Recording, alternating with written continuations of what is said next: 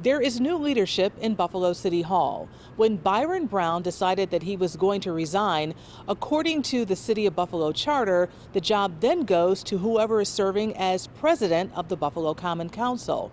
Well, that person is Christopher Scanlon. Christopher Scanlon, acting mayor of Buffalo through December of 2025. He has served on the Buffalo Common Council. He was council president for less than 1 year. His priorities while serving as a council member have been public health, safety, affordable housing, stronger neighborhoods, small businesses, and economic development.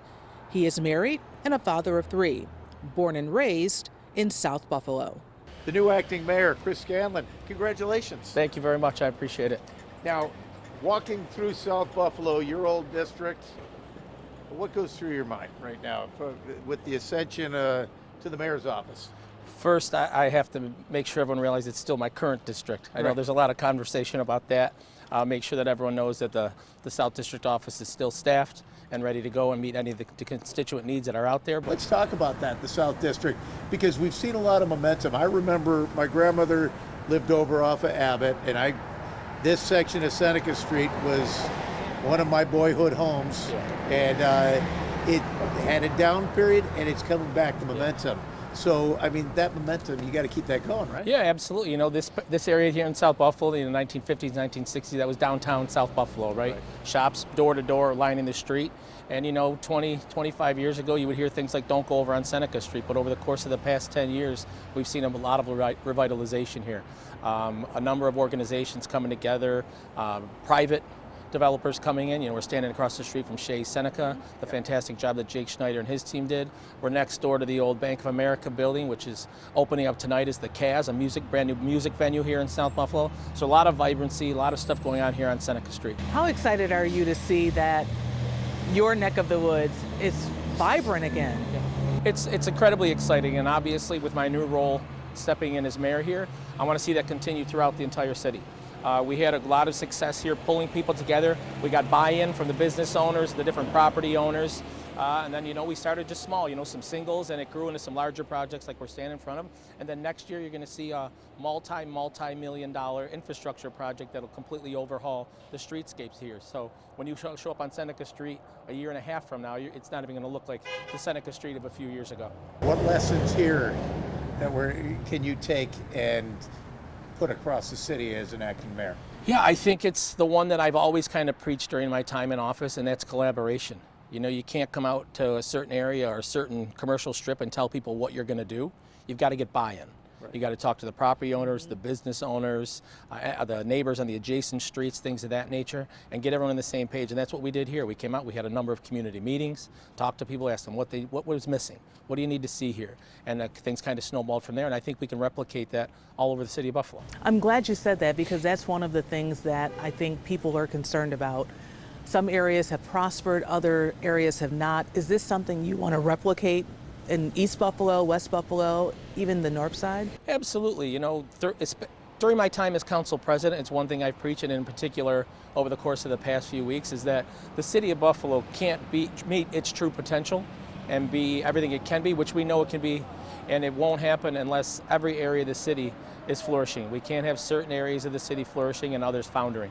So again, we've got to invest in every corner of the city of Buffalo, and that doesn't necessarily mean equally, but equitably. You know, some areas of the city might need a little more investment right now than others, so we can make sure that all the neighborhoods of the city rise together. A lot of things up in the air. You know, some call it a cash crisis, a budget crunch, whatever way you want to put it. That is on your agenda. I know it's not a city project, but the Kensington project is something that's a very controversial project. What are your thoughts about the direction the city's going in?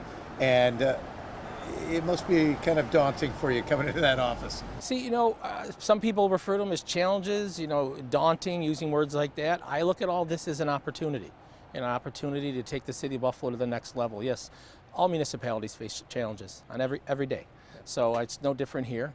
Yes, we got a financial situation we got to deal with, other large projects that may be a little bit contentious in certain areas of the city.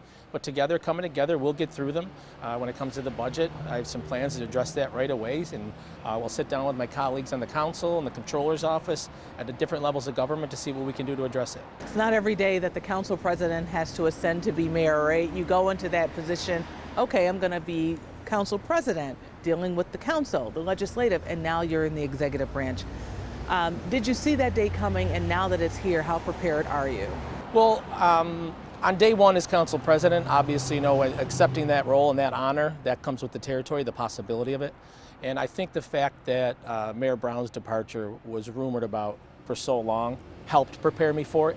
But also my 12 years on the council, my 9 years in the leadership role, negotiating with the administration on budgets and other large-scale projects, things like that. I think they've uniquely qualified me to hit the ground running here. So again, it's a lot of excitement, a lot of optimism, and we're ready to go. What do you see as the biggest, I was going to say challenge, but opportunity, we'll say. Yeah. What do you see as the biggest opportunity facing the city right now? I think as an organization, as an entity, we have a unique opportunity to come together and get more innovative. Again, we talked about budget constraints or budget issues we might have, and I think that provides the opportunity for us to get together and try to become more efficient, more effective, much more innovative than we have been, making sure our departments are not operating in silos, that they're collaborating and getting things done together. So I think we can be extremely innovative and take the city to the next level. As a council president and representing the South District, obviously your concerns have been here in South Buffalo. Are you going to make it a point to go to every district and really get to see what's going on, what really is needed, so that you know what the people want? Yeah, absolutely. And I think I started doing this year as council president. One thing I talked to all my colleagues about on the council when I started as council president was I wanted to break down those kind of councilmatic barriers that existed. I think all of us, and myself included at times, felt victim to kind of looking through the prism of just our one district.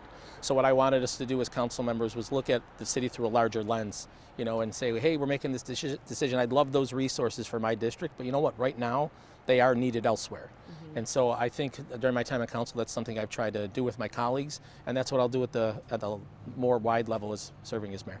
Yeah, it's funny you bring that up, because one of the criticism going back to Mayor Griffin was, he's from South Buffalo. South Buffalo streets got paved first, plowed first. Cas diamonds were always the best in the city. Yeah. And whether that was a fair perception or not, that was a perception. Mm-hmm. Is that on your mind about, given the fact that the South District is your home district and is going to be staffed with members of your former staff, is that a concern that people are going to say, oh, he's South Buffalo first? That they'll get preferential treatment? Yeah, it's going to be very difficult for me to combat that, those rumors, things and that. All I can do is go out and do the job, right? And I think that people, if they watch closely, they'll see that what I'm going to do here as mayor is get out in every corner of the city, serve, represent, deliver for every corner of the city. Yeah. And Diamond 1 was the best in the city, by the way, back in the 80s. I love your words, serve, represent. That's what it's all about. That's the job, Some people might get into elected office for different reasons, but this is a city I grew up in. We were talking about before we went on the air. I grew up 6 blocks from here. I grew up in the city. My wife and I chose to raise our family in the city of Buffalo. And so this is what I'm doing it for, serving, providing for people, trying to make sure that this city's better for my children and people their age and, their children. Maybe you'll get a Super Bowl. Not maybe.